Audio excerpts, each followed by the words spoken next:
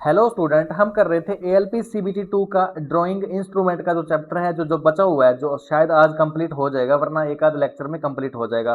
तो उसमें हम लगभग बात कर चुके थे। अब आज बात करेंगे पेंसिल की। पेंसिल है ना, ये कैसी होती है, कितने टाइप की होती है, कहाँ कहाँ यूज आती है, और क्या चीज करने में क्या यूज आती है, कौन सी पेंसिल यूज आती है, और सैंड पेपर और इरेजर। इरेजर तो आप जानती हो ना, हटाने के लिए, कोई ड्राइंग बना दी उसे हटाने के लिए, या फिर कोई मिस्टेक होगी तो उसको रिमूव करने के लिए इरेजिंग शील्ड। तो पेंसिल का जो पूरा का पूरा आगे की स्लाइड में जो मैं पढ़ाऊंगा वो पेंसिल के बारे में ही पढ़ाऊंगा। अब बात करते हैं सैंड पेपर की। जैसे ये पेंसिल की नोक है, ये जो लीड बोलते हैं, इसको इसको क्या बोलते हैं, लीड बोलते हैं। अब जो लीड है ये, इसको और ज्यादा शार्प करना है तो इस पे घिसेंगे, इस पे इस लीड को घिसेंगे। ऐसे ये पेंसिल रखी हुई है,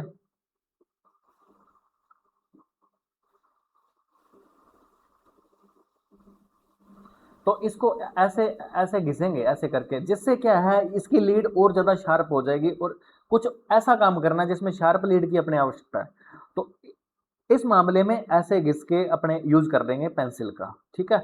इरेजर, जो कोई ड्राइंग है बना रहे हैं, कोई मिस्टेक होगी उसको हटाना है, तो उसे हटाने के लिए इरेजर का काम होता है। अब ये इरेजिंग शील्ड क्या होती है।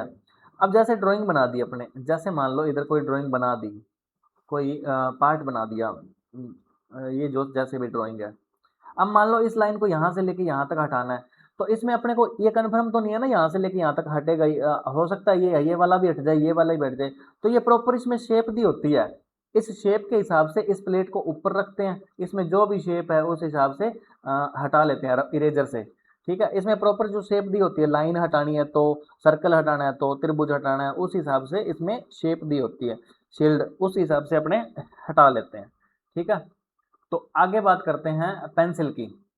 पेंसिल क्या होती है और ये कितने टाइप की होती है, कहाँ कहाँ यूज होती है पेंसिल।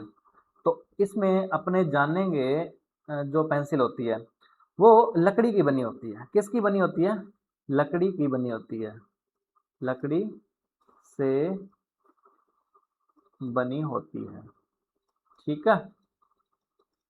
और और इसकी खास बात क्या है, इसे बोलते हैं लीड। ये मैं पहले आपको बता चुका हूँ, लीड। और जो बनी होती है किसकी, ग्रेफाइट की बनी होती है। लीड है इसकी, ग्रेफाइट की बनी होती है। ग्रेफाइट जो विद्युत का संचालक भी है, विद्युत इसमें से प्रवाहित हो सकती है। और कुछ मात्रा में इसमें जो कैओलाइन यानी कि मिट्टी भी मिलाई जाती है लीड के अंदर। ठीक है। आगे बात समझ में। ये होती है पेंसिल के जो टाइप हैं, वो है 18 प्रकार की पेंसिल होती है। अपने तो सुना HB 2H 3H, यहाँ तक ही सुना ना, लेकिन ये होती है 18 प्रकार की। अलग अलग ग्रेड के हिसाब से होती है ये पेंसिल। अब ग्रेड के हिसाब से इनको बांटा गया है। पहले नंबर पे जो ग्रेड आती है वो आती है कठोर ग्रेड। कठोर ग्रेड के हिसाब से, कठोर ग्रेड।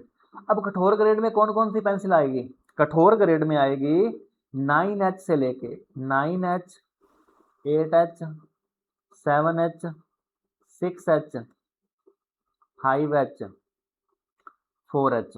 4H तक की पेंसिल आती है, 6 पेंसिल। ये टोटल होगी 6, टोटल 6 पेंसिल होगी। ये कठोर ग्रेड में आती है। और दूसरे नंबर पे है मध्यम ग्रेड, मध्यम, मध्यम ग्रेड। अब इसमें जो पेंसिल यूज होती है, 4H से नीचे क्या आएगा, 3H, 2H, H, HB, HB के बाद F और B। 6 होगी ना पूरी, 6 इसमें आती है। ये मध्यम ग्रेड में आती है। आगे बात समझ में। और तीसरे नंबर पे है जो, वो है नरम ग्रेड या सॉफ्ट ग्रेड। नरम ग्रेड या सॉफ्ट ग्रेड, नरम ग्रेड या सॉफ्ट ग्रेड, बी आ गई। अब इसमें होगी 2B, 3B, 4B, 5B, 6B और 7B, 7B। अब ये क्वेश्चन बहुत बार पूछा जाता है कि सबसे हार्ड ग्रेड, सबसे ज्यादा हार्ड ग्रेड, सबसे ज्यादा हार्ड ग्रेड वाली पेंसिल है, हार्ड ग्रेड की जो पेंसिल है वो कौन सी है, वो है 9H। ये क्वेश्चन बहुत बार पूछा गया है। और सबसे कम, एक मिनट, इसमें थोड़ा सा मिस्टेक हो गया। सबसे नरम ग्रेड, नरम ग्रेड पेंसिल कौन सी है, सबसे नरम ग्रेड है 7B। आगे बात समझ में, ये 9H सबसे हार्ड ग्रेड है, जो ये पहले नंबर पे है 9H। और ये नरम सॉरी हाँ कठोर ग्रेड की है। और ये नरम ग्रेड में 7B, 7B सबसे नरम ग्रेड की है। अब इसकी और थोड़े सा डिटेल से बात करते हैं अपने, ठीक है, कि कौन सी पेंसिल कहाँ कहाँ यूज में आती है। इतनी बात आ गई होगी समझ में, यहां से भी क्वेश्चन काफी सारे पुट होते हैं।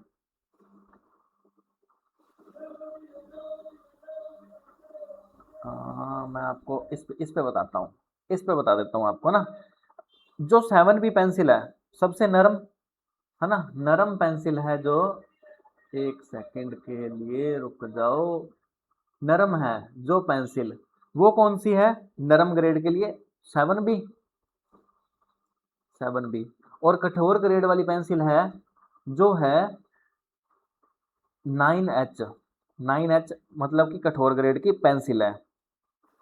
पेंसिल जितनी कठोर होएगी, यानी कि जो हार्ड पेंसिल है जितनी ज्यादा होएगी, तो उसमें क्या होएगा, जितनी ज्यादा हार्ड होएगी पेंसिल उतना ही महीन, महीन लिखेगी, महीन या हल्का लिखेगी, हल्का लिखेगी, मतलब हल्की ड्राइंग होएगी उससे। और जो नरम पेंसिल होएगी, नरम जितनी ज्यादा नरम होएगी उतना ही वो क्या, मोटा और गहरा लिखेगी, मोटा भी लिखेगी और गहरा लिखेगी। आगे बात समझ में, जितने ही हार्ड पेंसिल होएगी, हार्ड ग्रेड की पेंसिल होएगी वो महीन लिखेगी और हल्का लिखेगी। नरम ग्रेड की पेंसिल जितनी ज्यादा नरम होएगी वो मोटा लिखेगी और गहरा लिखेगी। ठीक है। अब मेन जो बात है आगे, वो 2H, 2H जो पेंसिल है वो कहाँ कहाँ यूज होती है, कहाँ कहाँ यूज होती है, ऑब्जेक्ट लाइन, ऑब्जेक्ट लाइन मतलब किसी ड्राइंग को बना रहे हैं उसके बाहर बाहर की आउटर जो लाइन है, तो वो ऑब्जेक्ट लाइन ही कहलाएगी। 2H पेंसिल वहां यूज करते हैं।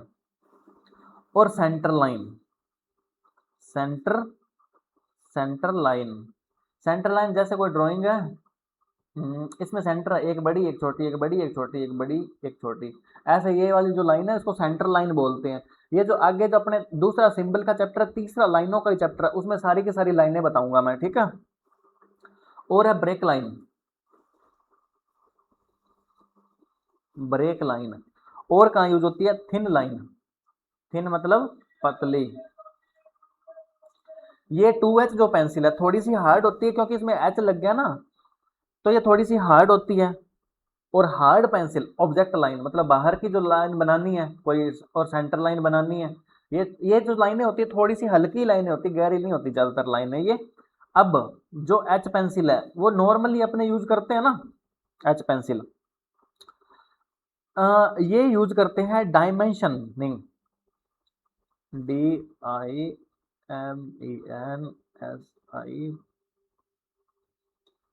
ये करते हैं डायमेंशनिंग। डायमेंशनिंग यानी कि डायमेंशन लिखने के लिए, जैसे ये 8 सेंटीमीटर है, ये डायमेंशन लिखी ना, इसके लिए यूज करते हैं, ये चीज के लिए यूज करते हैं, ये डायमेंशन है, ठीक है, ये डायमेंशन वाली लाइन है, डायमेंशन लिखने के लिए यूज करते हैं। और arrow head, arrow head, arrow head कौन सा होता है, अब ये मैंने लिखा 8 सेंटीमीटर, यहाँ पे एरो लगाया, एरो को ये कर दिया ना, ये हेड बना दिया, इसका डार्क बना दिया। अब इसके लिए कौन सी होती है, एच पेंसिल यूज होती है, बना दिया ना, ये एरो बना दिया, ये इधर जो बना पड़ा एरो इसको भी डायरेक्ट कर दिया, तो एरो हेड बनाने के लिए एच पेंसिल यूज होती है। अक्षरांकन, अक्षरांकन कोई भी अक्षर लिखना हो, जैसे ए बी सी डी जो भी इसका नाम है, जैसे बार लिखना हो, ये जैसे रोड कहला है ना, ये रोड भी एक टाइप की, रोड लिखना हो, इसको बार लिखना हो, वो अक्षर लिखने हो। Section line, section line, section मतलब इसके 2 सेक्शन बनाने हो, 3 सेक्शन बनाने हो। और ब्रेक लाइन इसको ऐसे बनती है, ब्रेक लाइन एक इधर बड़ी इधर छोटी, इधर बड़ी इधर छोटी, इधर बड़ी इधर छोटी, ऐसे करके ब्रेक लाइन बनती है। ये भी आगे बताऊंगा लाइनें जो आएगी जिसमें एक्सटेंशन लाइन, सेक्शन लाइन होगी, एक्सटेंशन लाइन, एक्सटेंशन लाइन। अब ये एक्सटेंशन लाइन क्या होती है, जैसे ये एरो हेड हो गया, इसका तो कोई वो नहीं दिया ना, इसके आगे एक लाइन लगाते हैं, इसके आगे एक लाइन लगाते हैं, मतलब यहाँ से आगे नहीं है वो, इसकी वैल्यू जो 8 सेंटीमीटर यहाँ तक की है। ये जो लाइनें हैं, ये लाइन और ये लाइन, ये इसको बोलते हैं एक्सटेंशन लाइन। आगे बात समझे, बाकी मैं तीसरा चैप्टर है उसमें अच्छे से बताऊंगा, ढंग से देखना वहां पे। आगे वर्त और सर्कल खींचने के लिए, वर्त और चाप, चाप यानी कि आर्क खींचने के लिए ये पेंसिल यूज में होती है। ये जो मैं पढ़ा रहा हूँ ये बाईलैंग्वेज है, मतलब English, Hindi medium English medium सब कॉमन पढ़ा रहा हूँ, कोई दिक्कत वाली बात नहीं है, किसी को नॉर्मल सी बातें है ना। आगे जो एच बी पेंसिल है वो कहाँ कहाँ यूज होती है, एच बी पेंसिल ये अपने ज्यादा यूज करते हैं, एच तो फिर ही कम यूज करते हैं, ये मोस्टली हर एक बंदा यूज करता है। ये थोड़ी सी गहरी चलती है, ये होती है थिक लाइन के लिए, थिक लाइन में यूज करते हैं, और करते हैं रफ कार्य के लिए, रफ वर्क के लिए करते हैं यूज, और कहाँ करते हैं नोट्स लिखने के लिए, एनओटी नोट्स, नोट्स लिखने में इस पेंसिल का यूज किया जाता है। तो आगे आपको बात समझ में, कहाँ कहाँ किस किस का यूज किया जाता है। अब पेंसिल है जो 4B से लेके 7B तक है, 4B से लेके 7B तक है, 4B से 7B तक है, ये कहाँ कहाँ यूज होती है, ये यूज होती है शेडिंग, शेडो दर्शाने के लिए, शेडिंग, शेडिंग के लिए। कोई ऐसा डायग्राम होता है ना जिसमें छाया बनानी होती है अपने, तो उस चीज को दर्शाने के लिए, शो करने के लिए 4B से HB की जो पेंसिल है वो यूज होती है। ठीक है, 4B 5B 6B 7B, तो ये जैसे जैसे बी बढ़ रहा है इसका 4B 5B 6B, ये इनकी डार्कनेस भी बढ़ रही है।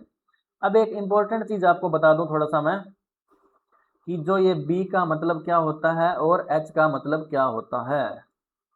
अब जो इसमें एच लिखा जाता है, एच का मतलब होता है, एच का क्या मतलब होता है, थोड़ा सा पेन मैं बड़ा कर लूं, एच का मतलब होता है हार्डनेस, एच का मतलब होता है हार्डनेस यानी कि कठोरता, हार्डनेस मतलब कि कठोरता, एच लगा होता है कठोर पेंसिलों में, एच लगा होता है। और जहां पे बी लगा होगा वहां पे, जैसे 2B 3B 4B 5B 6B 7B पढ़ा है ना आपने, इसका मतलब होता है ब्लैकनेस, बी का मतलब होता है ब्लैकनेस, कालापन, कालापन। जितना बी ज्यादा होएगा, 4B 5B 6B 7B, 7B last है ना, जितना बी ज्यादा होगा उतनी ब्लैकनेस ज्यादा होगी, ब्लैकनेस यानी कि वो पेंसिल गहरी चलेगी।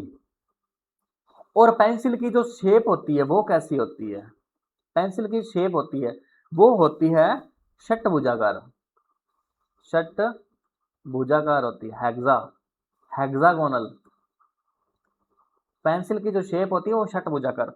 अब ये षटभुजाकार ही क्यों बनाई जाती है, अ, जैसे पेंसिल कहीं भी रखी, इधर मैं पेंसिल का डायग्राम बनाता हूँ, ये हमारी पेंसिल 4 लाइनें दिखती है इसमें, इसको थोड़ा सा बड़ा कर देते हैं, थोड़ा सा बराबर कर देते हैं।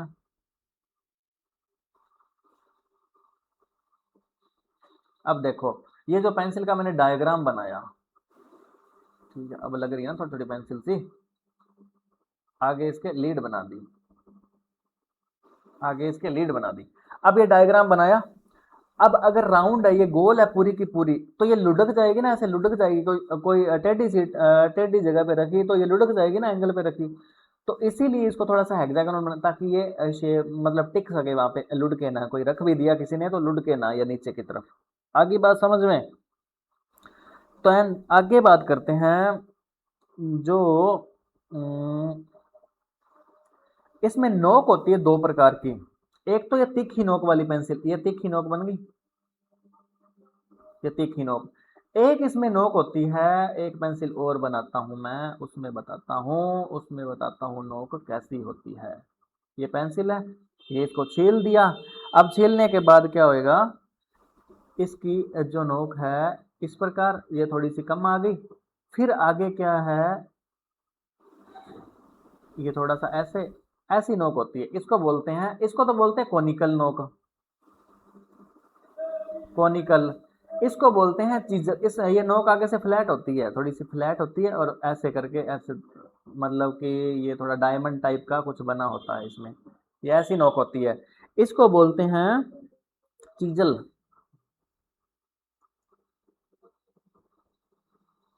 इसको बोलते हैं chisel pointed pencil, chisel pointed pencil. इसको बोलते हैं conical, conical pointed, conical pointed pencil. ठीक है, आगे बात में दो नोक वाली होती है।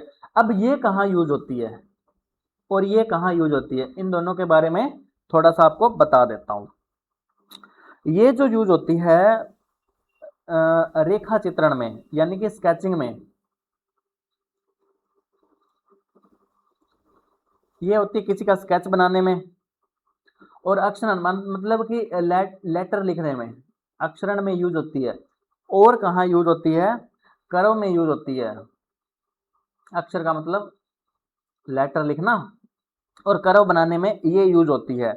अब ये चीजल पॉइंट है, ये इससे जो लाइन खींचेगा वो मोटी लाइन ही खींची जाएगी ना, ये इसकी नोक ही मोटी है, चीज ये पॉइंट तो है नहीं इसमें। तो इसका उपयोग होता है मोटी रेखाएं खींचने के लिए, मोटी थिक लाइन रेखाएं, मोटी रेखाएं खींचने में इसका यूज होता है। आगे बात समझ में। अब जो ये ड्राइंग बनाते हैं, जो व्यवसाय की ड्राइंग होती है, जो इंडस्ट्रियल ड्राइंग बनाते हैं, इंडस्ट्रियल ड्राइंग, इंडस्ट्रियल जो ड्राइंग बनाते हैं, उसके लिए कौन कौन सी पेंसिल, उसके लिए क्लच पेंसिल यूज होती है, क्लच पेंसिल यूज होती है।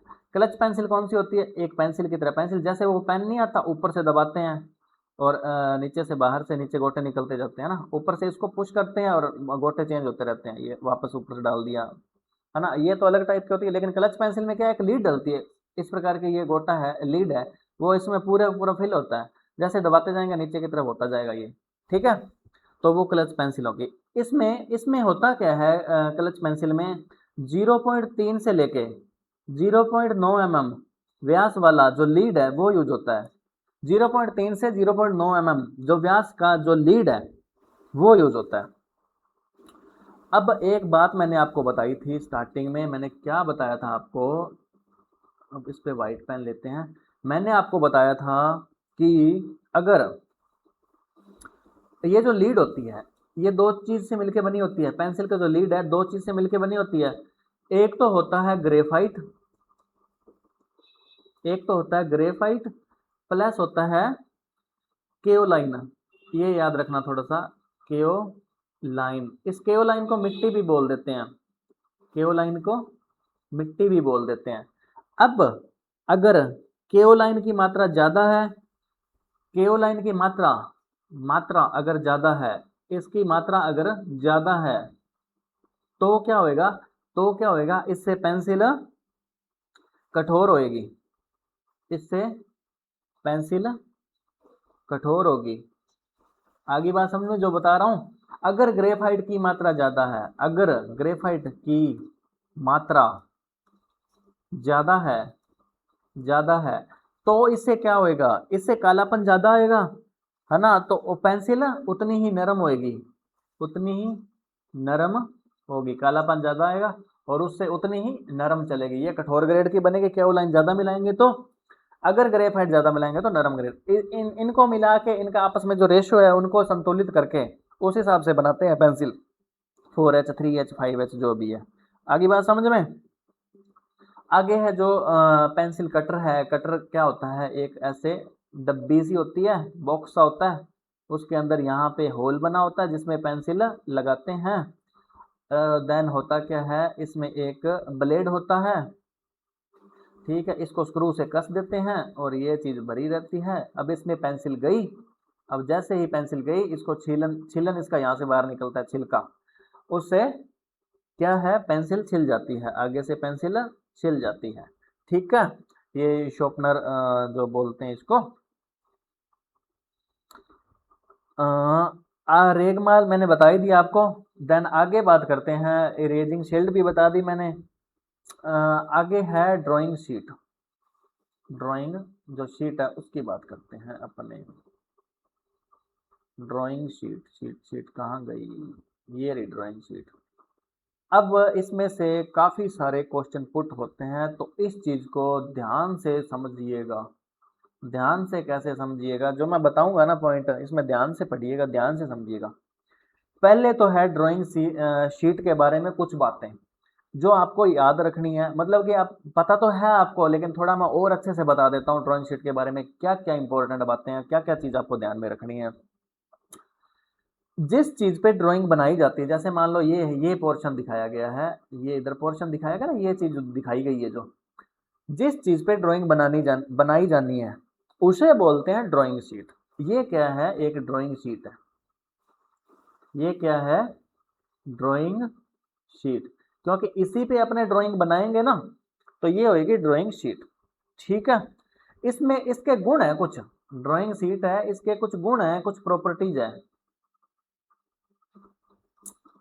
इसकी प्रॉपर्टीज है जो आपको थोड़ा सा ध्यान में रखनी है। इसकी जो जहां पे ड्राइंग बनाई जानी है, ऊपर की सरफेस है, ये जो ऊपर की सरफेस है ये तो होनी चाहिए चिकनी। इसकी जो ऊपर है, ऊपरी सतह है, वो तो चिकनी और स्मूथ होनी चाहिए। लेकिन इसके पीछे है, जहाँ पे ड्राइंग तो नहीं बन रही, लेकिन वो पीछे का भाग है, वो भी वाइट ही होएगा वैसे तो। और पिछला जो हिस्सा है वो खुरदरा होना चाहिए। पिछला हिस्सा वो क्या होना चाहिए? खुरदरा होना चाहिए। वो खुरदरा होता है, मतलब जितनी ज्यादा ऊपर बनेंगे तो दूसरी तरफ तो वो खुरदरा बनेगा ही, नॉर्मल सी बात है, जो मशीनों में बनती है ड्राइंग, तो एक ही तरफ इसको थोड़ी फिनिशिंग दे सकते हैं ना ज्यादा। अब दूसरी बात, इसको बोलते हैं, इस इफेक्ट को बोलते हैं no erasing effect. No erasing effect. इसका मतलब अगर ड्राइंग शीट पे, ये ड्राइंग शीट है, अब इस पे गलती से कोई गलत ड्राइंग बन गई, इसको मिटाना है अपने, इरेज करेंगे, इरेजर से हटाएंगे ना। अब इसको हटाते टाइम, इरेज करते टाइम, ना तो ड्राइंग काली होनी चाहिए और ना ही उसके रेशे उखड़ने चाहिए। ड्राइंग का कालापन नहीं होना चाहिए और रेशे रेशे भी नहीं उखड़ने चाहिए। ये दो बातें होनी चाहिए हर एक ड्राइंग शीट पे। इसे बोलते हैं नो इरेजिंग इफेक्ट। आगे बात समझ में? अब जो ड्राइंग शीट पे कई बार पेन से भी कुछ बना देते हैं ना, पेन, वो ड्राइंग एक स्टूडेंटों वाली ड्राइंग की बात नहीं कर रहा, कुछ ड्राइंग ऐसी होती है जो सालों साल तक चलती है, कुछ पेन से भी बनती है, कुछ स्याही से भी बनती है। तो स्याही नहीं फैलनी चाहिए। स्याही का जो फैलाव है वो नहीं होना चाहिए ड्राइंग शीट में, ऐसा गुण होना चाहिए। अब जो ड्राइंग शीट है, जैसे ये ड्राइंग शीट है, यहाँ पे जो मोटाई है, कागज की जो मोटाई है वो यहाँ पे होनी चाहिए, वो यहाँ पे चारों कोनों में, मतलब हर जगह मोटाई सेम होनी चाहिए। ड्राइंग शीट की जो मोटाई है वो सेम होनी चाहिए, हर जगह सेम होनी चाहिए। अब ड्राइंग शीट को जैसे कहीं और ले जाना है या सबमिट कर लिया आपने, तो इसको फोल्ड करते हैं ना, गोल गोल फोल्ड करते हैं। अब फोल्डिंग के टाइम पे इसमें सलवटें नहीं पड़नी चाहिए। सलवटें मतलब जैसे कागज को पूरा मोड़ दिया, डबल कर दिया, ऐसे सलवटें पड़ जाती है ना, एक बार और मोड़ दिया तो यहाँ पे सलवटें पड़ जाती है।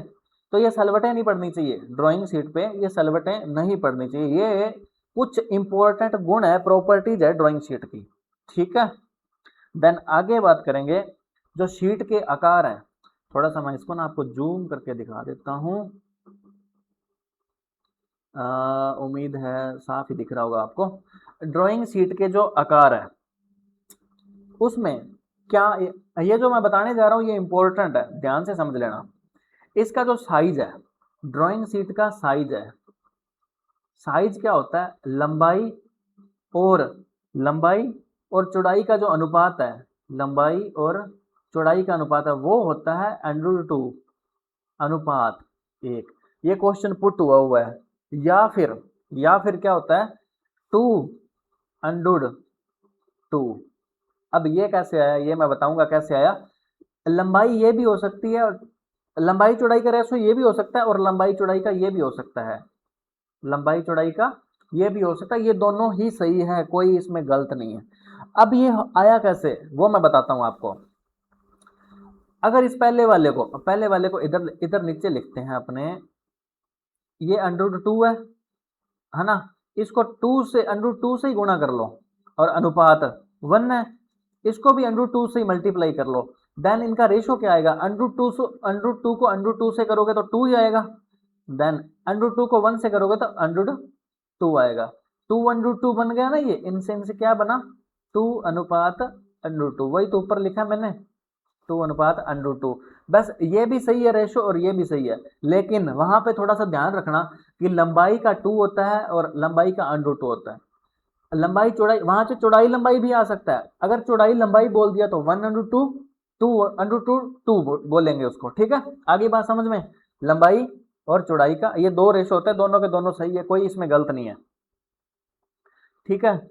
अब सबसे बड़ी जो ड्राइंग होती है वो A0 होती है, A0 साइज की होती है, जो ये साइज लिखा पड़ा है ना A0, पेन बदल लेते हैं एक बार और, ये लिखा पड़ा A0, ठीक है। ये सबसे बड़ी जो ड्राइंग की साइज होती है वो होती है 841 इंटू 1189, ठीक है।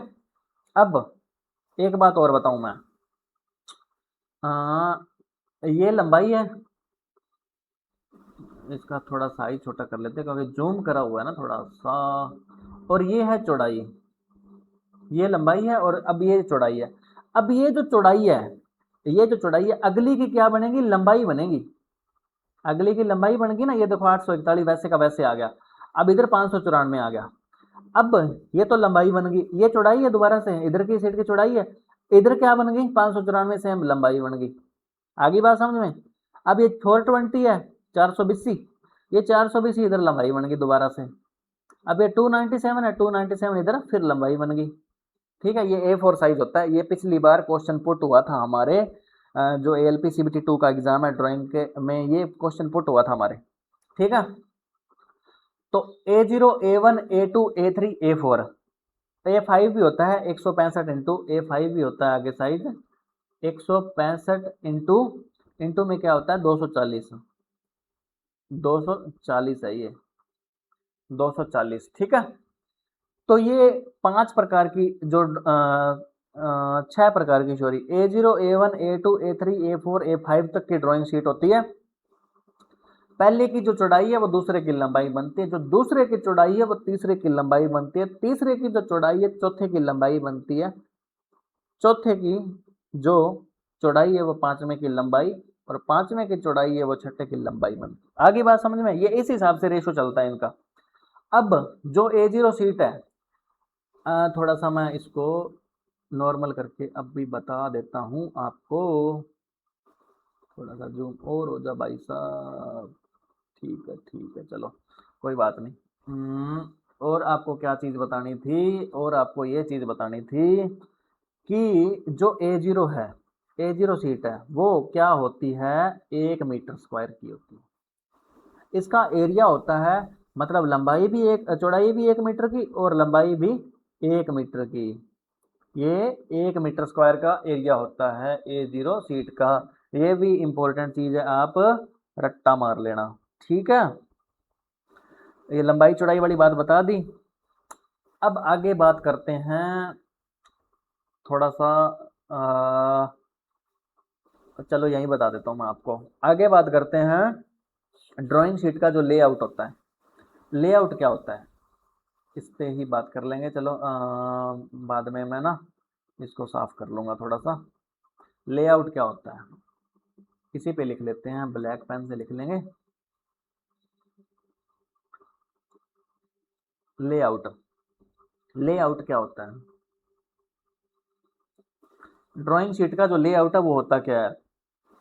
अब जो ड्राइंग बनाते हैं उससे पहले क्या डिसाइड किया जाता है, उसका एक स्टैंडर्ड फॉर्मेट होता है ड्राइंग बनाने के, इनके कुछ रूल रेगुलेशन होते हैं कि ड्राइंग अब यहाँ तो नहीं बना सकते ना, कोने में ऊपर तो नहीं बना सकते, इस कोने में ना, इस कोने में, इस कोने में, कहीं ना कहीं तो बनेगी, फिक्स जगह होती है उसकी एक, और चारों तरफ से मार्जिन बॉर्डर फलाना वो सब कुछ दिया जाता है, ठीक है। उसके बाद ही ड्राइंग शीट बनाते हैं ना, तो इसको इस जहां ड्राइंग शीट बनानी है उसी को बोलते हैं स्टैंडर्ड फॉर्मेट, है ना, इसी को बोलते हैं ड्राइंग शीट का लेआउट। आगे बात समझ में। और बाद में भी कभी ड्राइंग को पढ़ा जाना है तो वो आसानी से पढ़ा जा सके, और जो जरूरी चीजें हैं उनको लोकेट किया जा सके, इसी चीज को बोलते हैं ड्राइंग शीट का लेआउट। आगे बात समझ में। अब मान लो ये ड्राइंग शीट है, ड्राइंग शीट में लेआउट संबंधी शब्दावली है जो पेन थोड़ा सा मोटा कर दूं मैं, ले आउट संबंधी कुछ शब्द हैं, संबंधी शब्दावली है, लेआउट संबंधी शब्दावली है, वो क्या है वो मैं अभी आपको बताता हूं कि वो क्या है। अब एक होती है, एक क्या होती है मार्जिन, और एक होती है मार्जिन लाइन। ये क्या होता है पहले बताता हूँ, मार्जिन और मार्जिन लाइन क्या होता है। अब ये ड्राइंग शीट है, ध्यान से समझना इस चीज़ों को, ये हाँ थोड़ी सी ना छोटी चीज़ें हैं, ध्यान से समझना तभी समझ में आएगा। मार्जिन और मार्जिन लाइन क्या होता है फिर बताऊंगा, बॉर्डर और बॉर्डर रेखा और फ्रेम क्या होता है, ठीक है। पहले बात करते हैं मार्जिन की। यहां से लेते हैं एक शेप, चलो ये शेप ले लेता हूं मैं।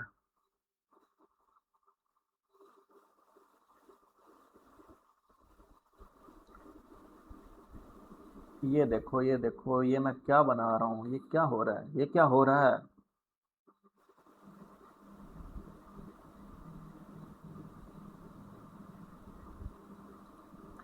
परफेक्ट। अब देखो ये जो मार्जिन लाइन है, ठीक है, ये क्या है जो मार्जिन लाइन है। अब इसमें क्या हुआ, अपने जो ड्राइंग शीट मार्केट से लेते हैं वो मिलती है अपने को अनट्रिम्ड, जो मार्केट से लेंगे वो मिलती है अनट्रिम्ड, अनट्रिम्ड मिली। अब ये मार्जिन दिया जाता है मार्जिन लाइन से, इसको बोलेंगे मार्जिन लाइन। अब ये जो बाएं सिरे से दिया जाता है, ये जो गैप है, ये इस सिरे से, ये जो दूरी है, ये जो दूरी है वो मैं आपको बता रहा हूं वो होती कितनी है, वो होती है 20 से 40 mm में होती है। ये होती है 20 से 40 mm, ये मार्जिन दिया है बाई साइड में। और जो बाकी के 3 हिस्से बचे, ये हिस्सा, ये हिस्सा और नीचे ये सेम दिया जाता है, ये थोड़ा सा ज्यादा लग रहा है लेकिन सेम ही समझना है इसको, है ना। जितना परफेक्ट हो सकता था उतनी बनाने की कोशिश करी है मैंने। अब बाकी के 3 हिस्सों में मार्जिन दिया जाता है, बाकी बाकी के 3 हिस्सों में या 3 साइडों में, हिस्सों में जो मार्जिन है, बाकी के 3 हिस्सों में जो मार्जिन है वो होता है 5 से 25 mm, वो होता है 5 से ये 5 10 15 20 कितना भी दे सकते हैं, 25 तक 25 तक 25 तक। लेकिन इसमें दिया जाता है थोड़ा सा ज्यादा दिया जाता है, 20 से 40, लगभग 30 35 तक भी दे सकते हैं, 40 भी दे सकते हैं, ठीक है। अब अब जो ये तो ड्राइंग है, ये तो ड्राइंग का आउटर है, और ये अपने दिया था, ये जो मार्जिन लाइन खींची थी इसी को बोलते हैं मार्जिन लाइन, है ना। अब बात अपने कर रहे हैं मार्जिन और मार्जिन लाइन की कर रहे हैं ना, तो इस लाइन को ही बोलते हैं मार्जिन लाइन। ये जो लाइन खींची है ना पहली लाइन, इसको बोलते हैं मार्जिन लाइन। क्या बोलते हैं इसको, मार्जिन लाइन। अब ये जो गैप बच गया, ये गैप है ना, ये जो गैप है, ये यहां से लेके ये जो गैप है, चारों तरफ ये गैप है ना, इधर थोड़ा है गैप लेकिन गैप तो है। इसी गैप को क्या बोलते हैं, इसी गैप को बोलते हैं मार्जिन। आगे बात समझ में, इस गैप को क्या बोलते हैं, मार्जिन बोलते हैं भैया, ठीक है। अब एक बात और बताऊं मैं, ये जो लेफ्ट साइड में थोड़ा मार्जिन आपको ज्यादा दिख रहा है ना, वो ज्यादा क्यों दिया गया, क्या पागलपन है ना ये, नहीं पागलपन नहीं है भैया, इसमें ध्यान से सुनो आप, इसमें लेफ्ट साइड में गैप क्यों दिया गया, क्योंकि अगर मान लो बहुत से स्टूडेंटों ने ड्राइंग बनाई है, उनको अपने चेकआउट करना है या अपने असेंबल करना है या फाइल में कहीं लगाना है, तो इसको क्या है स्टेशनरी करेंगे ना, इसकी बाइंडिंग वगैरह करेंगे। तो बाइंडिंग करने के लिए यहाँ पे पिन लगाएंगे, या कुछ और चीज़ करेंगे। वाइंडिंग कर दी ना इसकी, मैंने तो बहुत जल्दी कर दी, 2 ही मिनट में कर दी। तो वाइंडिंग करने के लिए यहाँ जगह चाहिए ना प्रॉपर। अब किसी बंदे ने इधर ड्राइंग बना रखी हो, मान लो कोई ड्राइंग बनाई है इधर, तो अब वाइंडिंग करेंगे तो भाई उसकी ड्राइंग तो खराब हो जाएगी, वो तो किसी काम की नहीं रहेगी। तब करके इधर गैप ज़्यादा दिया जाता है ताकि वाइंडिंग वगैरह करें या कहीं स्टेपलर करें तो कोई दिक्कत ना आए। ठीक है, इसीलिए ये इधर लेफ्ट की साइड मार्जिन ज़्यादा दिया जाता है, और ये दिया जाता है 20 से 40 mm और बाकी हिस्सों में 5 से 25 mm।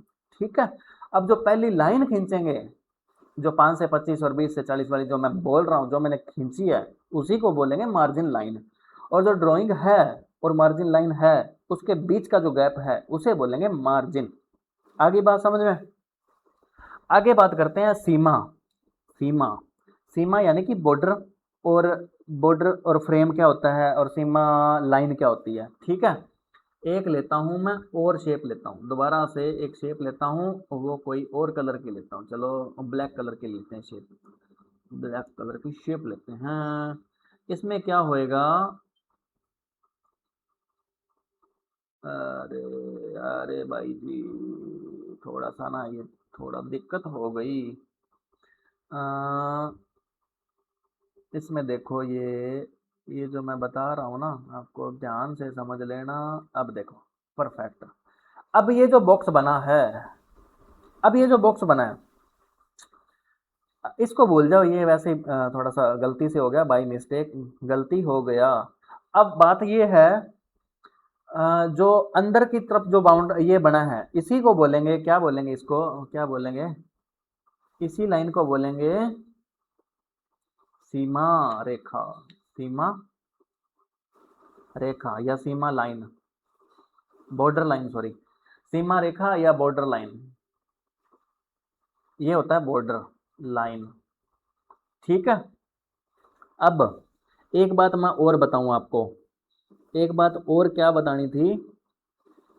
अ, उम, ये जो मार्जिन लाइन है, ये मार्जिन लाइन है, ये जो लाल वाली है ना ये मार्जिन लाइन है, ये मार्जिन लाइन है। और ये काली वाली है, लाल वाली काली वाली, काली वाली लाल वाली, लाल वाली है वो मार्जिन लाइन है, और काली वाली है वो बॉर्डर लाइन है। अब इन दोनों के बीच में जो गैप है, जो गैप है, इन दोनों के बीच में जो गैप है, उसी गैप को क्या बोलते हैं, क्या बोलते हैं, सीमा बोलते हैं या बॉर्डर बोलते हैं। उसी को बॉर्डर बोलते हैं या सीमा बोलते हैं। आगे बात समझ में? ठीक है, देन आगे बात करेंगे फ्रेम क्या होता है। अब जो काली वाली लाइन है, ब्लैक वाली लाइन है, चारों तरफ देख लो, ध्यान से देख लिया, क्या देखना है इसको।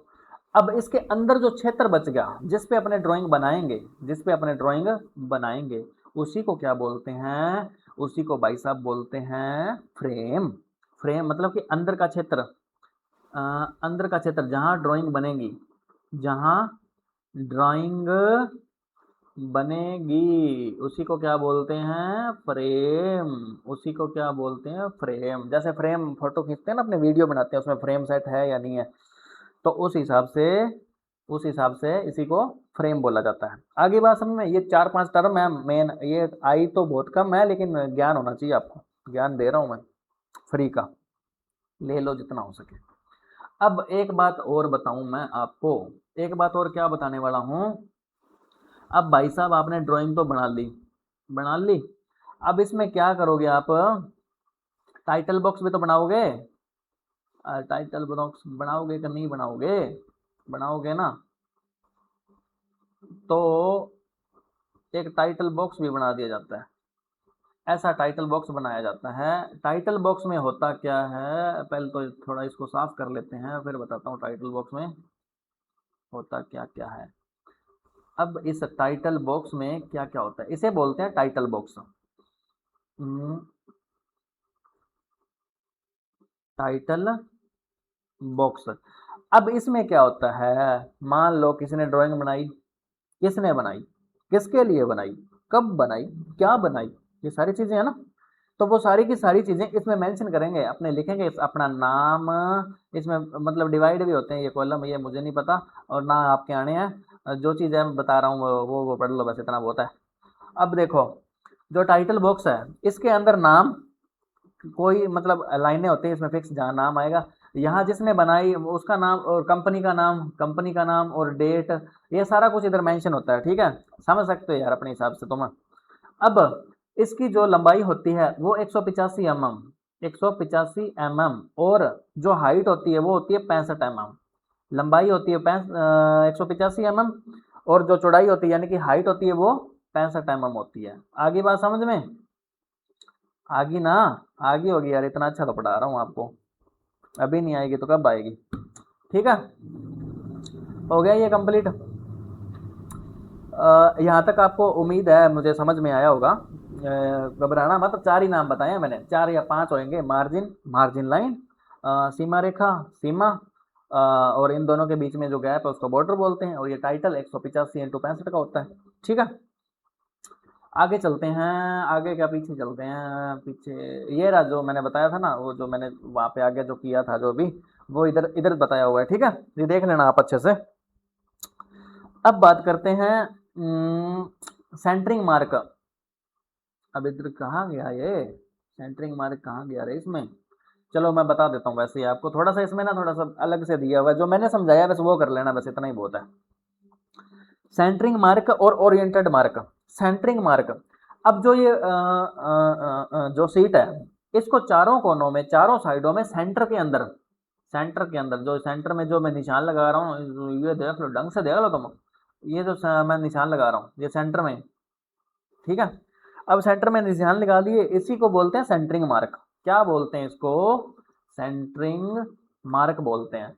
अब इससे होता क्या है, निकल गया ना वो कितना के बीच में है, और क्या होना है इससे। अब देखो आगे क्या होता है, आगे ओरिएंटेशन मार्क। ओरिएंटेशन जो मार्क है, ओरिएंटेशन लिखा ही नहीं जा रहा, ORIENTATION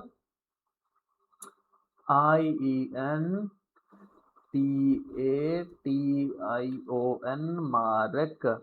इसको कैसे दर्शाते हैं? इसको ऐसे दर्शाते हैं, ऐसे, ऐसे। ठीक है, ये मार्क है, और ये यहाँ पे लगाया जाता है और एक इधर लगाया जाता है। ठीक है, पूछे अगर आपको ओरिएंटेशन मार्क कहाँ लगता है, तो लेफ्ट साइड में और नीचे लगता है। बस इतनी बात ध्यान रखनी है आपको, ज़्यादा बात ध्यान में नहीं रखनी है आपको।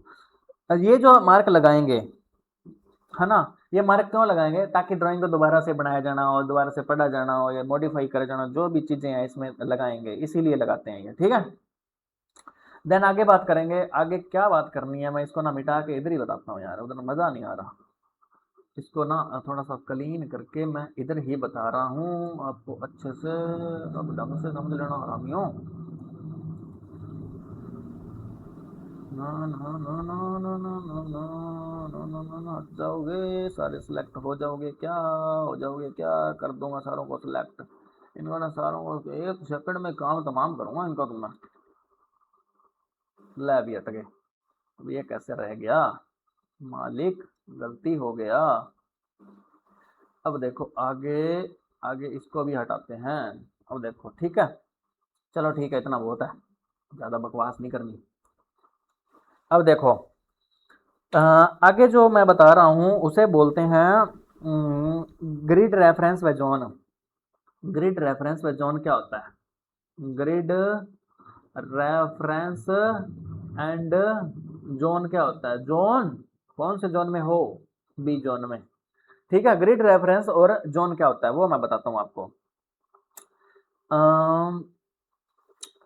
ड्राइंग पर किसी ने कोई मॉडिफिकेशन किया है ना, कोई विशेष पार्ट पे किया है, विशेष जगह पे किया है, तो उसी को बोलते हैं ग्रिड रेफरेंस। उसकी जो स्थिति दर्शाना है उसी को बोलते हैं ग्रिड रेफरेंस।